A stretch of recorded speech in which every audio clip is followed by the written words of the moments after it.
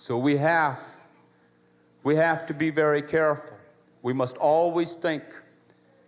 We must always look to see, because there's an answer for everything that is going on if we're willing to take the time to look for it and to see it.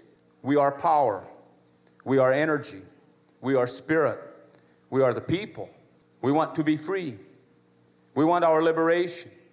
Then we must take the responsibility that goes with liberation and freedom, and that responsibility is to be able to take the time to analyze and to think and to feel things out to their logical conclusion. We cannot come and get involved in this for a year or 2 years.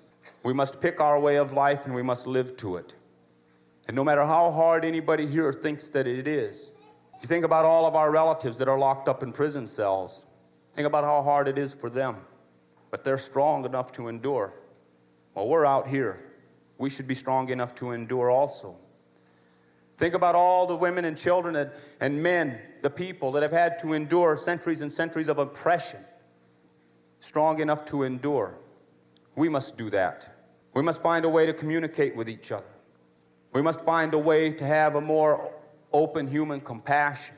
We must go back to the ways of the earth. It's the only way we're going to protect the unborn. We must never quit. We must be resistance. We must build a resistance that passes on the information and the knowledge of our mistakes to the next generation. We must not become too movement-oriented where we get caught up in our own arrogance because we're chasing a cause. We must build our power. And we must understand that we build strong. We must build to survive. Not to change the politics right now. We must build to survive. Because pretty soon, a lot of these conversations will not allow them to take place anymore. Pretty soon, we're going to have to be looking at each other in a way where we're allies. There's going to come a time in our lifetime, and many of us will see it. There's going to come a time where we're going to have to run to each other for safety. That time is coming.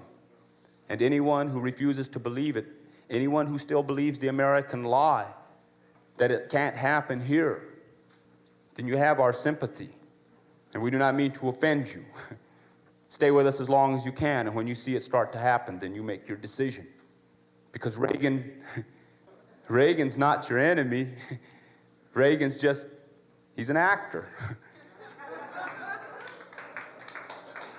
He's saying the words that somebody is putting into his hands to say. He's reading his script. And they got this thing well planned. And they intend that they're going to break the backbone of resistance in America. And they're going to do it under their so-called energy crisis. I don't know what the answers are or the solutions. But we know that, let's pray.